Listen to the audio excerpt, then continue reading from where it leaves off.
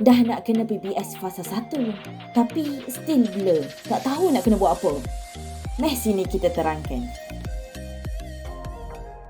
Bismillahirrahmanirrahim. Assalamualaikum warahmatullahi wabarakatuh dan salam sejahtera semua. Baiklah, bagi yang nak ber-PBS, saya sekalilah PBS fasa 1, pengalaman berasaskan sekolah fasa 1. Bagi yang nak ber-PBS tapi belum lagi, macam masih blur lagi, macam mana nak kena buat PBS ni? So meh kita tengok ni. Okay. Jadi pengalaman berasaskan sekolah. Okay, dalam ni ada diterangkan tentang penerangan berkaitan dengan PBS fully. Korang boleh rujuklah dekat dalam dokumen ni. Dua dokumen yang wajib korang baca dulu adalah dua dokumen ni. Okay, pengalaman berasaskan sekolah dengan amalan profesional ni. Okay, fahamkan dulu. Okay, pengalaman PBS ni apa benda? Amalan profesional bagi PISMP.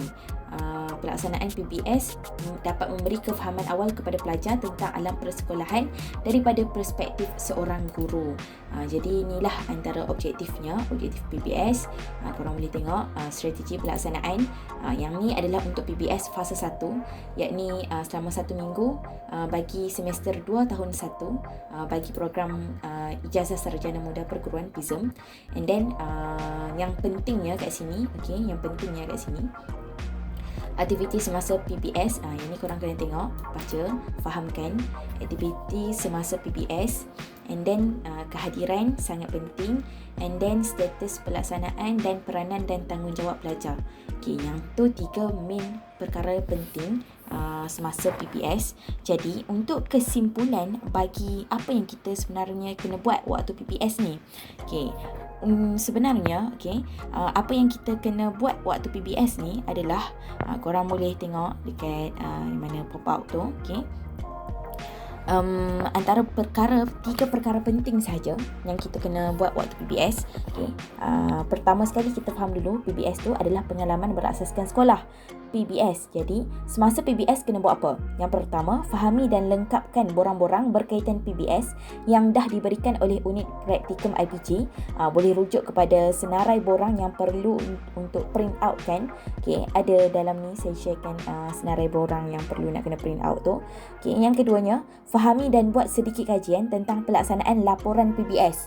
Apa yang perlu kita buat pemerhatian masa PBS bagi tujuan melengkapkan kerja kursus 1 penulisan laporan PBS, iaitu dalam kursus Hidup 3033 Murid dan Pembelajaran MDP. Rujuk semula kepada penyediaan draft KK1 MDP tu untuk tahu apa yang kita kena perhatikan tu.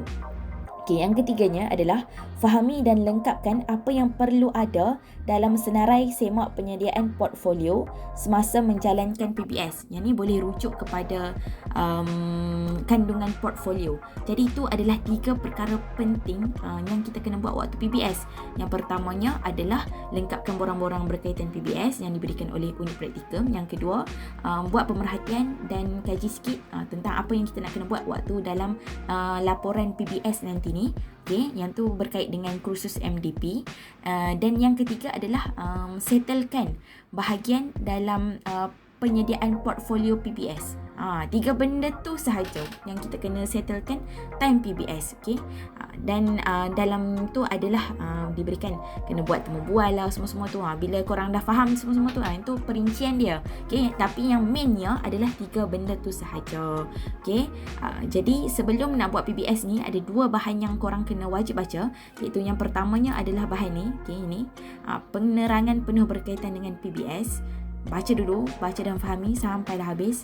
Dan yang keduanya adalah tentang bahan penerangan berkaitan amalan profesional. Dalam ni adalah dia beritahu amalan profesional ni terbagi kepada 4, yakni yang satunya pengalaman berasaskan sekolah, yang kedua perancangan pengajaran dan pembelajaran, yang ketiga praktikum, dan yang keempat adalah internship. Itu adalah untuk amalan profesional. Lepas tu kat sini adalah dia buat perincian tentang PBS di situ. Dan rasanya yang tu sahaja, yang itu sahaja berkaitan dengan PBS. dia tak ni complicated pun. Dan korang kena tengok juga kepada kandungan portfolio, apa yang nak kena ada. Yang tu pun penting juga. Dan ada juga saya sharekan template untuk muka hadapan portfolio PBS. Korang boleh tengok lah kat situ. Okay.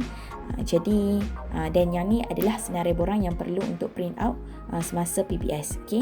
So all the best semua untuk PBS fasa 1. Cayuk guys. Bye. Jangan lupa untuk like, share dan juga subscribe. Jangan lupa untuk sharekan juga kepada kawan-kawan yang lain. Maybe ada kawan yang lain yang macam blur juga PBS ni tentang apa kan. Okay. So all the best semua. Dan terima kasih kerana masih setia dengan YouTube channel Atik. Okay, that's all. Bye semua. All the best untuk PBS.